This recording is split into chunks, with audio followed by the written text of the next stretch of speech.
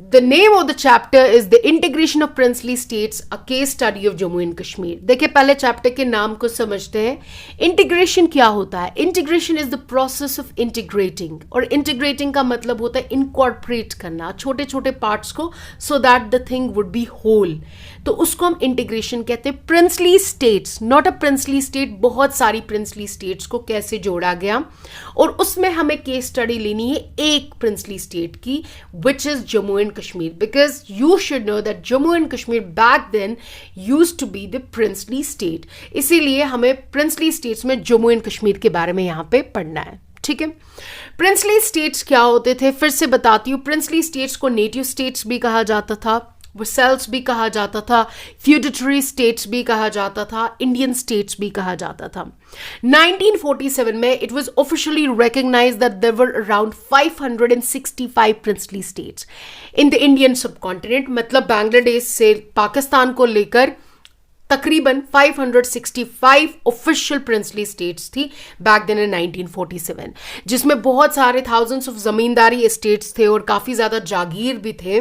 जो princely states थे, तकरीबन 40% जो एरिया था प्री इंडिपेंडेंस इंडिया का, वो प्रिंसली स्टेट्स के कंट्रोल में था, और 23% जो पॉपुलेशन थी वो इन प्रिंसली स्टेट्स में रहती थी. बहुत सारी प्रिंसली स्टेट्स थी, जैसे जोधपुर था, जूनागढ़ था, मद्रास, हैदराबाद, जम्मू एंड कश्मीर, सिक्किम, गोंडल, बरोड़ा, ट्रिवेनकोर, ऐसी बहुत सारी प्रिंसली स्टेट्स थी. लेकिन हमें एक प्रिंसली स्टेट के बारे में पढ़ना है जिसको बोलते हैं जम्मू एंड कश्मीर.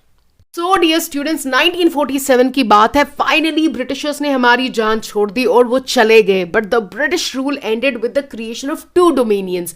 उन्होंने 2 नेशंस बनाए, the union of India and the dominion of Pakistan. And according to the Indian independence act of 1947, जो एक एक्ट था पार्लियामेंट ऑफ द यूके का, जिन्होंने बोला था ब्रिटिश इंडिया का पार्टीशन होना चाहिए 2 इंडिपेंडेंट डोमिनियंस में, विच वर इंडिया एंड पाकिस्तान. इस एक्ट के मुताबिक ब्रिटिश की सारी पैरामाउंसी मतलब सारा राज, सारा उनका सुप्रीम पावर खत्म हो जाएगा, लैप्स हो जाएगा. That means it won't be valid any more. And उसके साथ सारी ट्रीटी, सारी एग्रीमेंट्स जो ब्रिटिशर्स ने की हैं वो भी उसी के साथ खत्म हो जाएगी.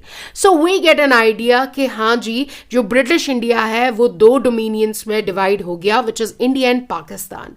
नाउ क्वेश्चन है कि प्रिंसली स्टेट्स के साथ क्या होगा, क्योंकि इंडिया जो था it had 2 sets of territories. One was British India, one princely states. अब जब ब्रिटिश इंडिया के 2 डोमिनियंस हो गए, India and Pakistan, princely states का क्या होगा?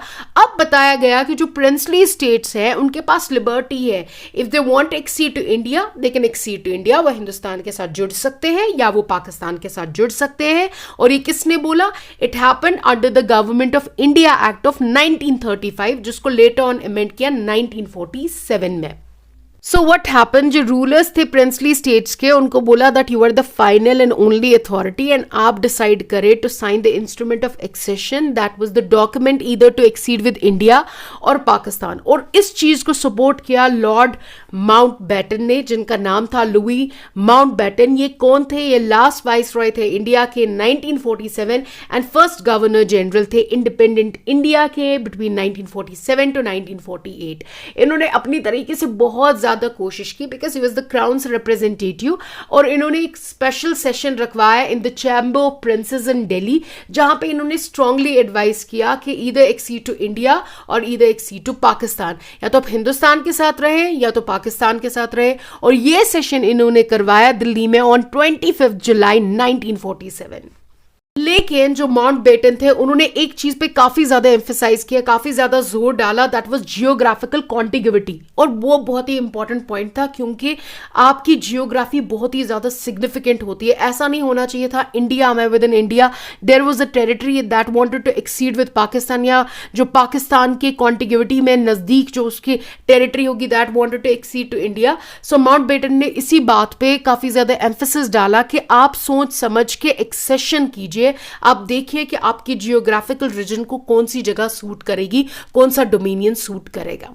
देखिए डियर स्टूडेंट्स, जो जियोग्राफिकली अगर हम जम्मू एंड कश्मीर की बात करें, it has a contiguity with both the dominions. That means कि हमारा बॉर्डर दोनों के साथ शेयर हो रहा है, चाहे वो इंडिया है या पाकिस्तान है, तो हमारे इकोनॉमिक या कल्चरल लिंक्स दोनों कंट्रीज के साथ है। महाराजा हरी सिंह ने कहा कि कोई भी फ्यूचर में कोई भी चीज़ करने से पहले I want to offer proposal, और उस प्रपोजल को बोला जाता है द स्टैंड स्टिल एग्रीमेंट, और इसने ऑफर किया बोथ इंडिया एंड पाकिस्तान को ऑन 12 अगस्त 1947 को। स्टैंड स्टिल एग्रीमेंट क्या है? ये कॉन्ट्रैक्ट है, एक एग्रीमेंट है, जिस एग्रीमेंट में ये लिखा होता है that I want to preserve the status quo, that is the existing state of affairs, कि मुझे डिसाइड करना है कि फ्यूचर में मुझे क्या करना है, उसके लिए मुझे फिलहाल जैसा चल रहा है वैसा ही चलने देना है। So it wanted to maintain the status quo in all matters as it was with the British Indian government. Pakistan ने कहा ओके फाइन, पाकिस्तान ने एक्सेप्ट कर लिया स्टैंड स्टिल एग्रीमेंट को, लेकिन इंडिया ने कहा मुझे कुछ क्लैरिफिकेशंस चाहिए। So we see Pakistan signed the standstill agreement with Jammu and Kashmir, और यहां पे एंट्री हो रही है रैडक्लिफ कमीशन की। रैडक्लिफ कमीशन क्या है? देखिए बच्चा, आपको पता होनी चाहिए उस टाइम पे बाउंड्रीज बन रही थी, क्योंकि दो डोमिनियंस बन गए थे, बहुत कुछ देखना था।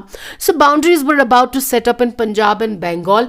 तो दो कमीशंस थे जिनको boundary commission of Punjab and Bengal कहा जाता है, और उसका जो चेयरमैन था that was Cyril John Radcliffe.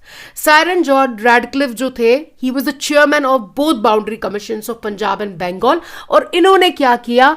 इन्होंने एक डिसीजन लिया जहां पे इन्होंने 4 तहसील गुरदासपुर के दे दिए इंडिया को। उन 4 तहसील्स का नाम था Batala, Shakargarh, Pathankot and Gurdaspur, and it grieved Pakistan. Pakistan को इस चीज से काफी ज्यादा गुस्सा आया। एज अ रिजल्ट जो पाकिस्तानी अथॉरिटीज है, they started they began exerting pressure on this state. उन्होंने जम्मू एंड कश्मीर पे काफी ज्यादा प्रेशर डाला, उनके एसेंशियल सप्लाईज के साथ इंटरफेरेंस करना स्टार्ट कर लिया। They disturb the postal service and telegraph service. यहाँ पे फूड, सॉल्ट एंड पेट्रोल, उसमें काफी ज्यादा प्रॉब्लम्स क्रिएट होगी, and this is what happened.